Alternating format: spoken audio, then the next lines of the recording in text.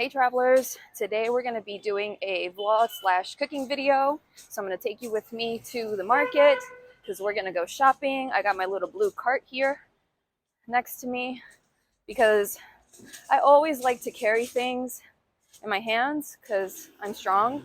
But today I was like, I got to stop trying to be all masculine and strong and carrying all these heavy ass things all the time because I do that.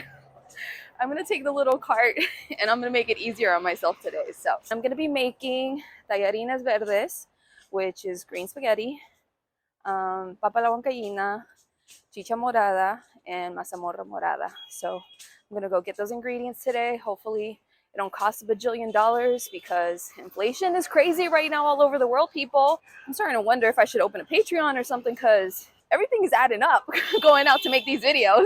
Anyway, all right, let's see what the market has in store for us. Don't be stalking my location. Oh my goodness, every time I have to come to the market and go through like the meat section, I have to hold my breath. Hopefully all the way through because I can't stand the smell. Anyway, let me find my casera, my vegetable lady. I have two vegetable ladies in this market. We're gonna see about getting some spinach and stuff.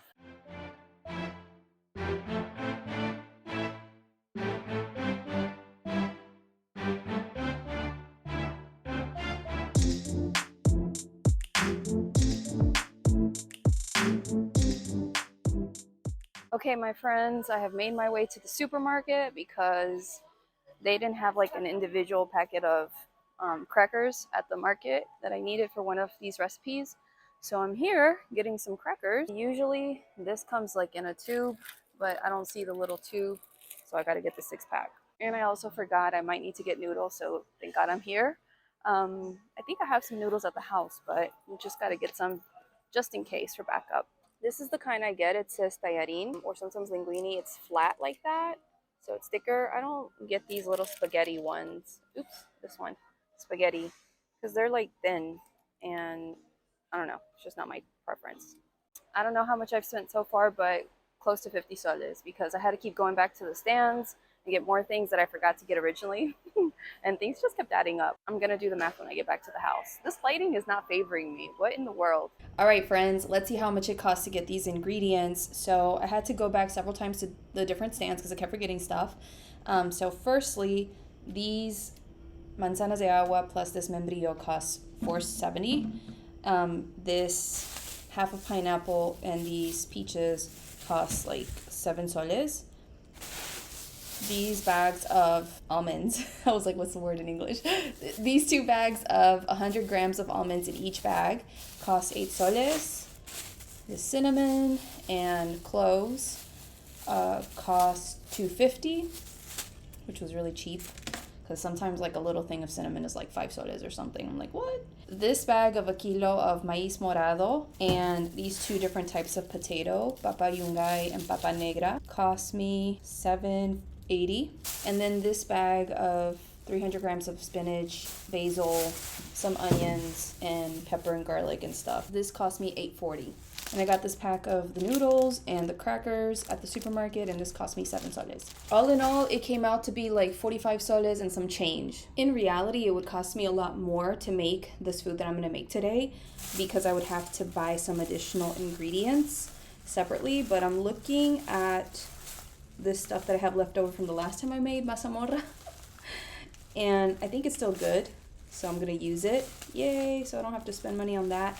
And there was also some other thing that was in the fridge that I'm going to use as well for the mazamorra. So otherwise it would have come out to probably be like 15 soles more to make all this food. Oh, rats. I'm just now realizing I had leftover cinnamon from the last time I made this stuff. Could have used it. Oops. Well, maybe I'll still use some more because look, this one's like so thin and tiny, and this one's a thick boy. So I'll see. Okay, guys. Typically, I would go ahead and start everything all at once to save time, but because I intend on breaking these recipe videos down into individual videos per recipe or per dish, that's what I'm gonna do so I don't rush myself. Plus, I love cooking peacefully with no one rushing me. I don't like being rushed. Like, back up. I'm gonna do it in my own time, thank you. So, there are moments when I'm going fast too, you know, if I'm short on time and I'm getting it done. But I like taking my time because I feel like it puts really good energy into the food It's very intentional. I gotta bless my ingredients right now, bless this space, because y'all know I'm so intentional about food and expressing gratitude to God. And so I'm gonna start off by making tallarines verdes, okay? Tallarines verdes is a really popular dish here in Peru. I think it's like the Peruvian equivalent of pesto, like I don't know, spaghettis al pesto maybe in Italian. I don't know about Italian food, but it's kind of like a thick green pesto like sauce, and we put our noodles in it and we eat that, and it's really good. So it was one of my favorite dishes growing up, and I still like eating it today. I don't make it often because I can't be bothered. But it's really, really good, and I wanted to share it with you guys today. As you guys know, I don't eat meat. Okay, I'm not entirely vegan because I eat eggs now, but I don't eat meat, so I've modified it a little bit, but I'm also going to tell you how to make it with cheese, which is what is used in the dish typically, okay? Also, side note, I don't know about quantities or amounts exactly because I just wing things, okay? That's how I was taught. That's how I was raised. Like, you wing it, you kind of, gauge it based on how much it looks, and then you just like fix it or put it together. And I'm just like really intuitive in the kitchen as well. I think it's a gift that I inherited from my grandmother, who is a really fabulous cook. So I'm sharing with you guys my grandma's recipes. I was just about to call her mom. I always almost call my grandma mom because I swear to God, in a past life, she must have been my mom. And we have a karmic relationship in this life. We don't get along that well sometimes, but that's fine. My grandma has literally a gift for cooking. She was an amazing cook back in the days in her youth. She was successful enough to have a kind of like restaurant-like business in like a corporate kind of building. And she had certain levels of success, but then, she kind of lost that because of challenges in her personal life. So anyway, the spirit of my grandma and her love for food, her passion for good quality food, using quality ingredients, having generous portions, etc., that's been passed down to all of us. I think I'm the only one out of her grandchildren that is actually, I don't know why I'm getting emotional about this, but I think I'm the only one out of all her grandchildren that can let her legacy live on, and I love my grandma. Like I said, we don't have the best relationship though, but I do love her, even though sometimes she doesn't think that. And I'm grateful. I'm really grateful that she has taught me how to cook and how to have a really good appreciation for really good food. My grandma is a kind of Gordon Ramsay of food in Peru. So she has very critical remarks, but she's taught me how to cook really good food, and she's complimented me on occasions, which is like the biggest, most amazing thing ever, because like I said, she is really critical when it comes to food. So I'm going to teach you guys today how to make this. You don't have to come to Peru to make this. You can make it from where you're at if you have all the ingredients, which I'm assuming you should be able to do. And yeah, thank you for hanging out with me in this video. Let's get started. I'm gonna start off by washing my ingredients because I got them from the local market. If you get them from the supermarket, chances are they'll be cleaner, but I would still wash them anyway, just because, like, ew, people have been touching them. Like, please don't be gross and just automatically throw your stuff in the pot. Like, I know there are people that do this. I'm not judging you, but I'm not gonna eat your food. I'm just saying. I have washed my spinach and my albahaca, which is basil. Did I not say that earlier? Sorry. And again, because I don't really do quantities, I asked La Señora Mirta, who is the caretaker for my grandma. I was like, Señora Mirta, when you make, tallarines verdes, like, how much do you get? So I know what to tell the people. So she told me un cuarto de espinaca, which is like a quarter of spinach, or 300 grams. Okay, write this down. And then she told me for the albahaca, she said 50 centimos o un sol de albahaca, which is basil.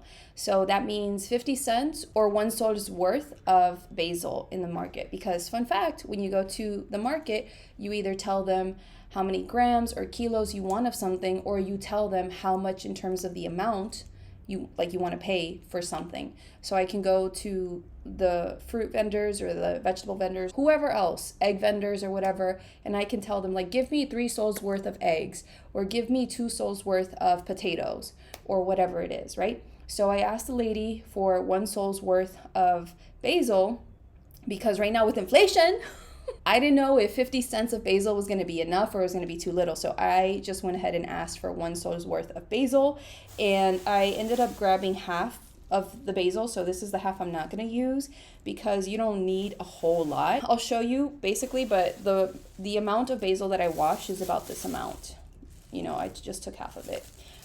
So that's about, I don't know how many grams, but I'm showing you, so wing it with what you see. So I'm letting my spinach and basil just sit for a little bit and drain, and I'm going to put my almonds in some water. Now, the reason I'm doing this is because I don't eat cheese. Typically, you would use cheese in this dish. So if you want to use cheese, then you would use 100 grams of queso fresco, which is fresh cheese here in Peru. If you don't have queso fresco available where you're at, then what my mom did in the US was she used Philadelphia cream cheese.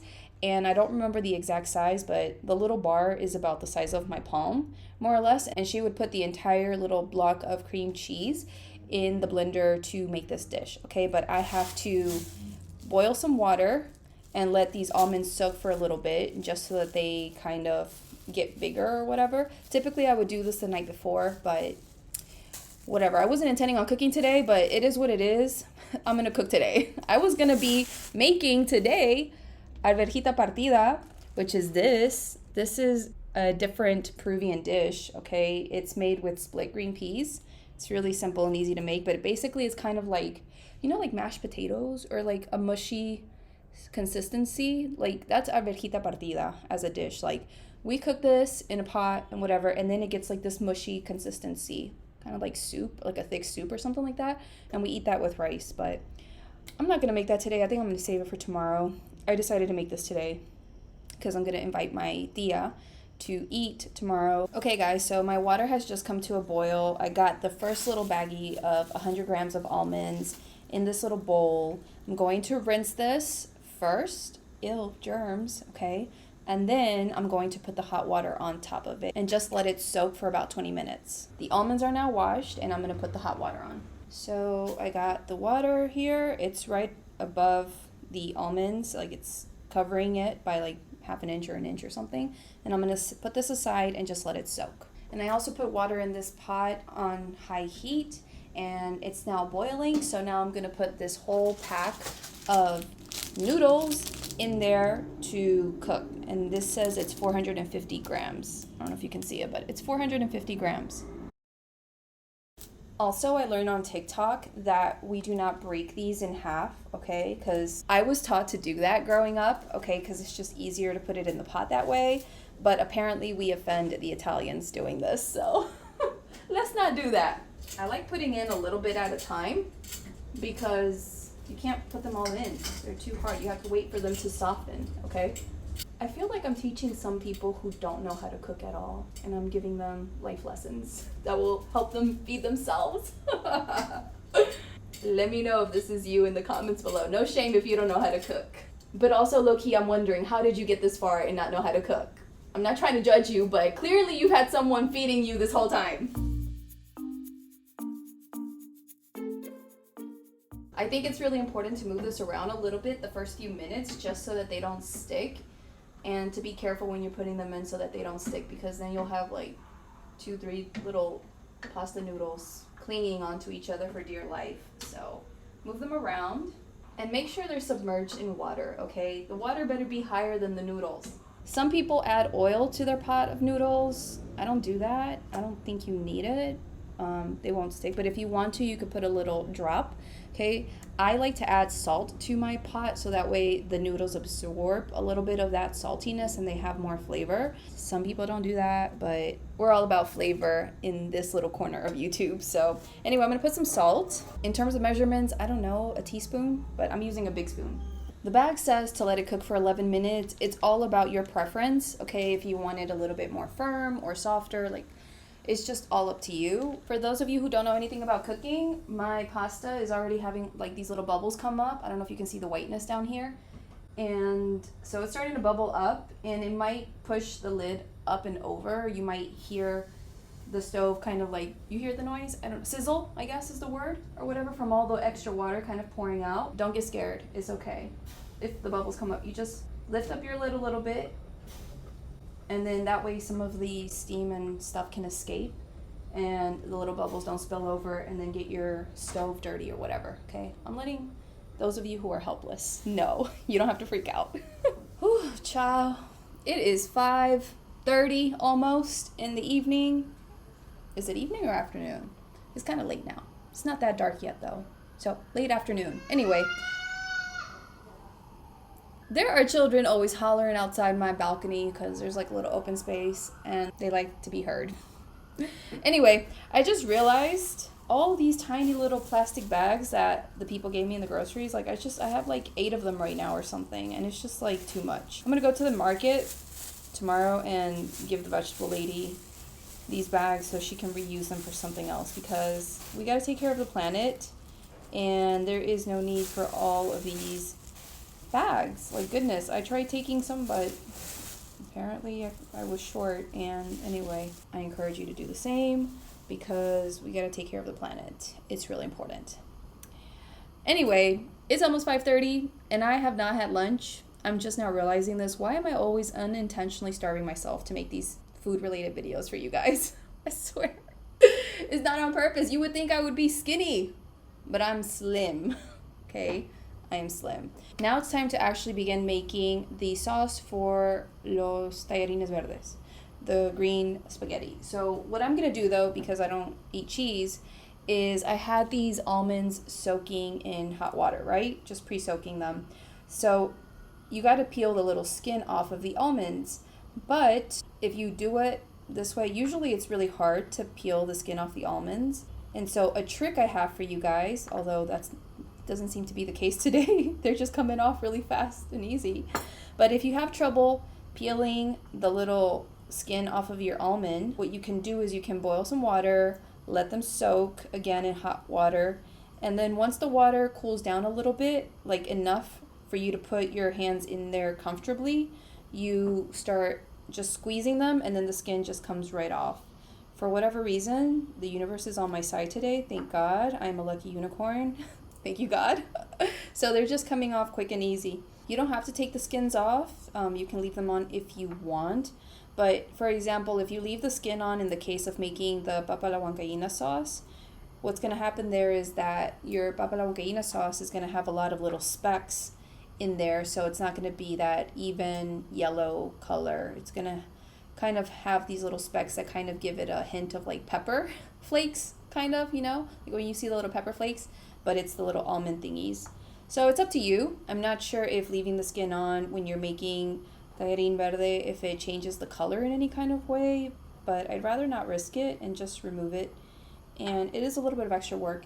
If you eat cheese, then you don't have to worry about this at all, because then you just use cheese and you dip it in the blender. So I'm going to explain that a little bit more when I get the blender out. Also, the reason that I'm sharing these alternatives is because I know I'm not the only vegan or person that doesn't like eat cheeses or milks and stuff, that would like to enjoy Peruvian cuisine but can't because there's usually ingredients you can't eat in it. So anyway, I just wanted to share this alternative for you to be able to make it, especially if you're Peruvian and you have family members who are like me. Ooh, be careful, these things like get away from you. It flew onto the laptop. But anyway, yeah, if you have Peruvian family members like me and they don't eat milk, dairy, meats, etc., you know, we want to be able to enjoy in the culture and the cuisine, but it's just challenging. And it just kind of really annoys me when I go to a family gathering or whatever and there's like nothing I can eat and they don't try to accommodate me with the best that they can, at least. Like, I understand they won't always have this knowledge, but at the very least they could reach out and be like, hey, is there something I could make for you to have something here to eat so you're not hungry or left eating fruit or whatever. Which I don't mind fruit, but you know what I mean? Like, I just wish people would be more thoughtful and considerate like I am, because I don't know, maybe it's an Aquarius thing, but Aquarius is a sign of like humanitarianism and individuality, and I like to honor people's individuality, and I think of others anytime, you know, if I have someone over or whatever, I'm doing something special for someone, like I want to make sure that people are always included, they feel cared for, and I try to think of other people, you know, and it's just annoying when people don't think of me and they don't make the effort, like, it's not that hard. You know, if you would just reach out and ask, you can even Google this stuff as well. I just kind of found out this recipe for Tallarines Verdes and papa la Huancaina, like to use almonds in place of cheese and milk, just because when I was doing the veganism thing and just trying to find alternatives and stuff, I just, found out that you could use nuts in place of milk or cheese or whatever to give it a certain consistency and certain things. So I was like, well, by that logic, I should be able to use it in these other dishes so I can still eat them. And it turned out fine. And so I really enjoy them. If you are actually a thoughtful person and you have family members who are always left out and can never eat Peruvian foods, then this is something that you can do for them so that they feel loved and appreciated and they have something actually good to eat besides a boring ass salad. Like, I enjoy salads, but come on now, I also want to enjoy something a little bit more elaborate when I go out to eat. That's my spiel on that. Thank you for listening. You know what my little spiel just made me think about too is, like, how do Jewish people who are actively practicing Judaism, which, by the way, I don't understand why it's pronounced Judaism, because the way it's spelled, I would pronounce it Judaism. I don't know. Can someone explain if you're Jewish? Anyway, the point is, how do Jewish people get around Peru and eat? Because I am not aware of a big Jewish community here. I mean, maybe there is, and I just am not aware. In recent years, I have seen more Muslims and Indians, but not a whole lot. And anyway, so I know that the Muslims have, like, apparently, what's it called? Their place of worship? A mosque. Yes. So apparently there's, like, a mosque in Magdalena somewhere. So there has to be some Jewish people here. And Jewish people who are, like, avidly practicing Judaism, they eat kosher food. And most of the foods that you're going to eat at restaurants are not kosher. People are just making whatever. So how would they be able to eat? Are there any Jews in the audience who can let me know in the comments? Like, how do you guys get around? Do you bring your own foods? How do you survive down here? Or is there something special that you do? Because I was just wondering, like, oh, well, what if a Jewish person came to eat at my house? Like, crap, I don't know where to find kosher foods. I would have to do some homework to try to find them. All right, friends, and now is the moment of truth, the moment I finally get to eat something. I'm this close to getting food in my belly at last. Now I'm about to make the Tallarines Verdes sauce. If you don't have anything against using milk and cheese, then what you would do is put in here your cheese and your milk, and then you get your spinach and you take off the stem, like the thick part of the stems, whatever, and then you put it in there, and then also your basil. You could either remove the leaves and then just put in the leaves, but I like to just remove, like, the bottom part of the plant, the basil plant, because those stems are really, really hard and thick. So I just remove the thick stems and then leave, like, the little leaves with, like, the softer stems, and I just throw it in there. But since I don't eat milk or cheese, what I'm going to do is first I'm going to blend my almonds with some water and get it into a certain thick consistency, and then I'm going to add the leafy greens and stuff like that. I also double checked on the internet because I wasn't sure if I needed garlic for this, and I called my mom up just to double check, and she says she doesn't use garlic, even though you'll find recipes on the internet that say that they use garlic, because I just looked one up and I was like, I'm not sure if that's right. But my mom says she doesn't use garlic, and I've always loved my mom's Tallarines Verdes, so I'm gonna do it without garlic as well. But you decide what you want to do and see when you insert the garlic. So I'm going to add some water to this and blend it up. How much water I need, I have no clue. I'm just going to eyeball it like I do everything else. All right, it's like just above the almonds, so should be good enough. This is my grandma's ancient blender. It's probably like 30 years old, but it's still going strong. All right.